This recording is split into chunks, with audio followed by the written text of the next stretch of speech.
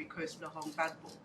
I'm going to turn now to Professor Alexander Mezyaev, who will speak, I hope, on some of the lessons from the International Criminal Tribunal for the former Yugoslavia, but also if you can share some reflections on the ICC and Africa's quest for justice.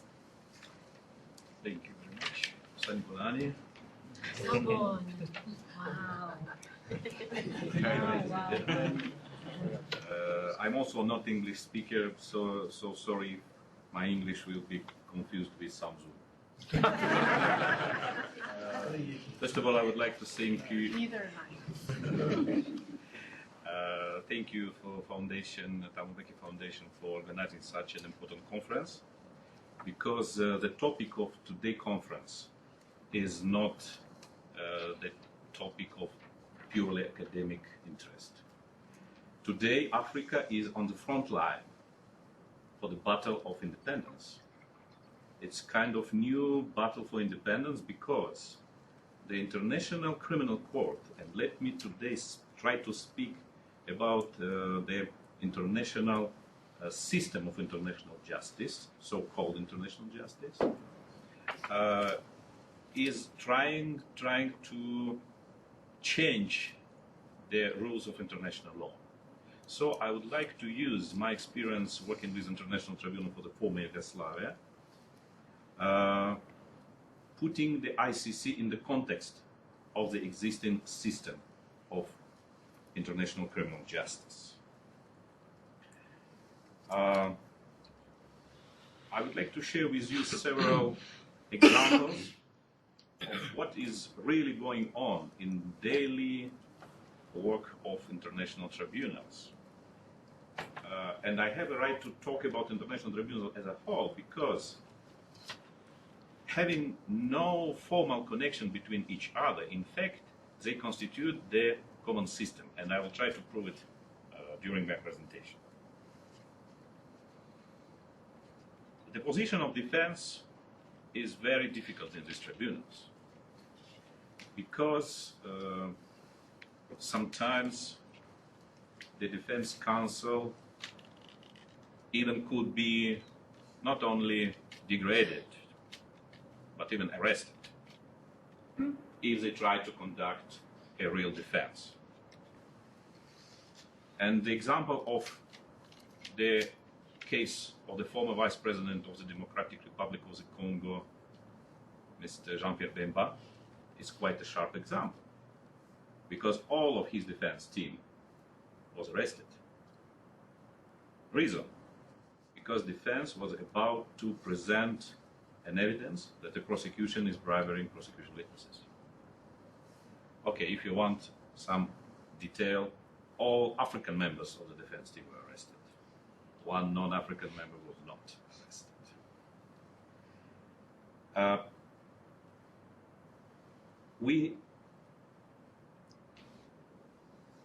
I probably skipped the problem of the defense counsel, which sometimes even work against the accused. But generally speaking, the position of defense is very, very difficult. For example, you could not talk about the health of your client. And nowadays, it is known that the health of the President Laurent Gbagbo is not good. It was several attempts to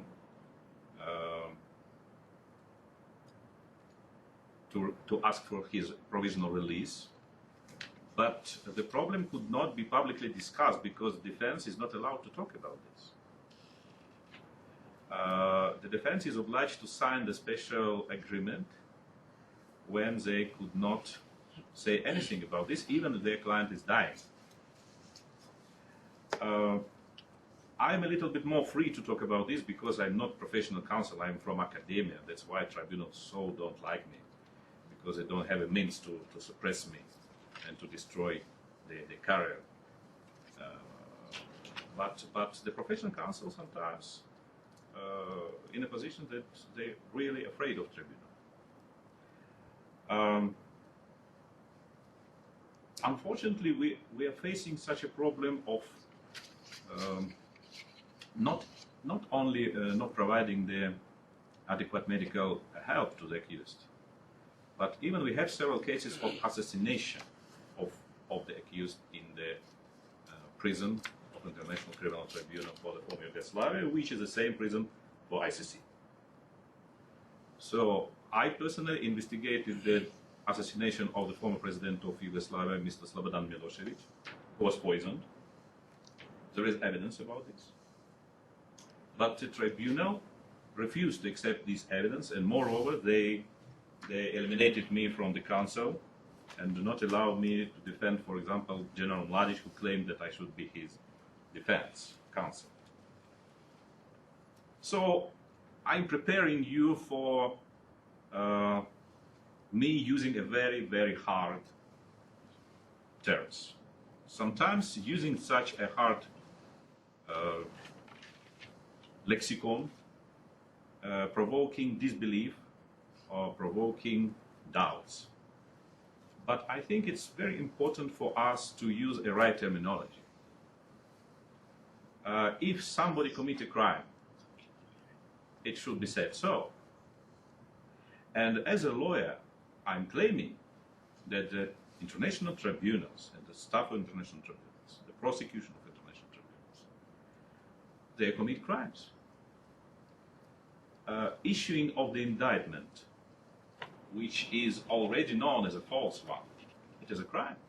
It is a crime in many jurisdictions. In Russian criminal code, we have a specific article that if the prosecutor knowingly issued the false indictment, he is subject for prosecution himself.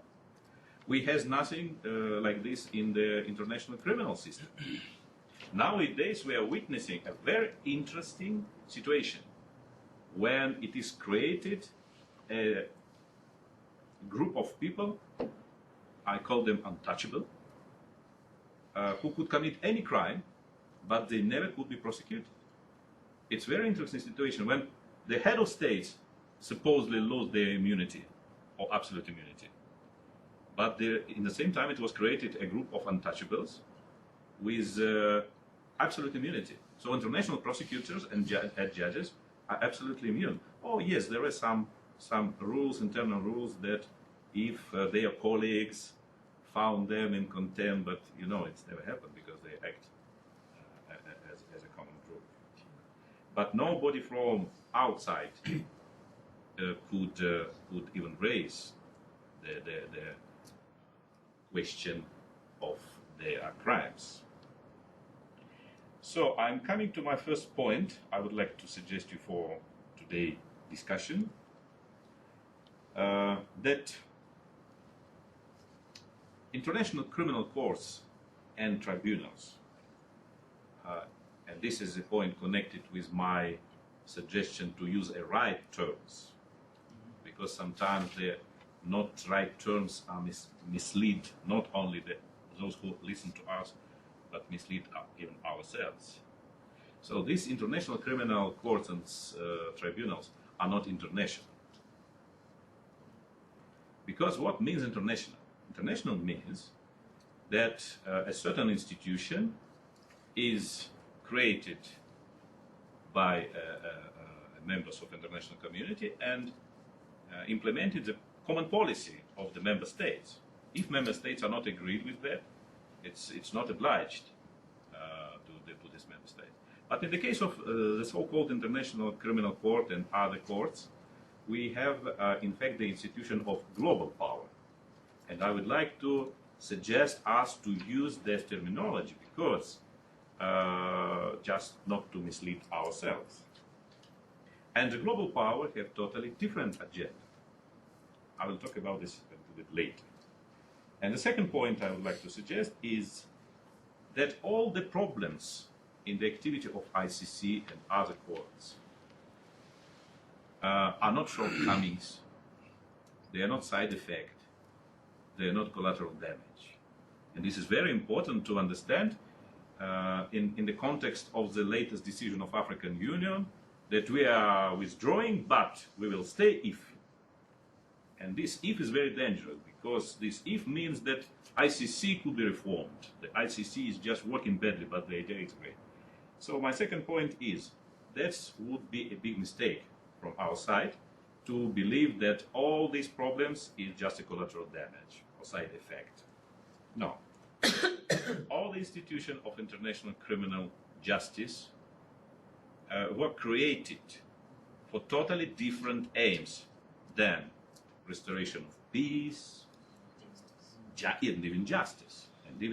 Because I think sometimes we genuinely believe that if we resolve the problem between, or dichotomy between restoration of peace and justice, this problem of ICC could be resolved. No, I don't believe, and I hope that we have enough time to discuss this.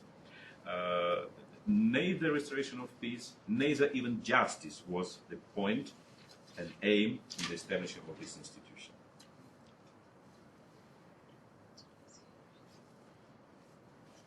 Then another question arises.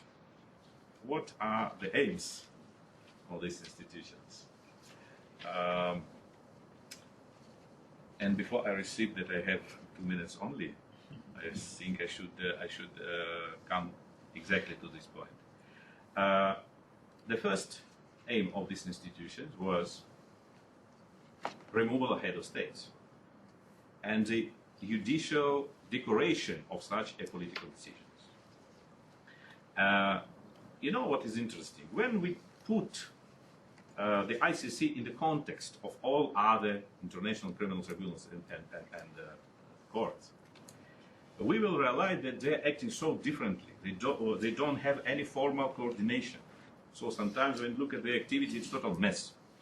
But when you really put this aim as a real one, everything becomes logical. They are very consistently working on this agenda.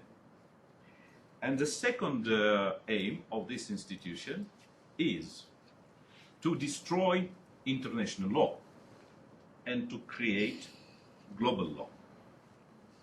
Sometimes we as lawyers are feeling very confused when we read the judgments of, or even provisional decisions of international criminal tribunals, because they are obviously violating law.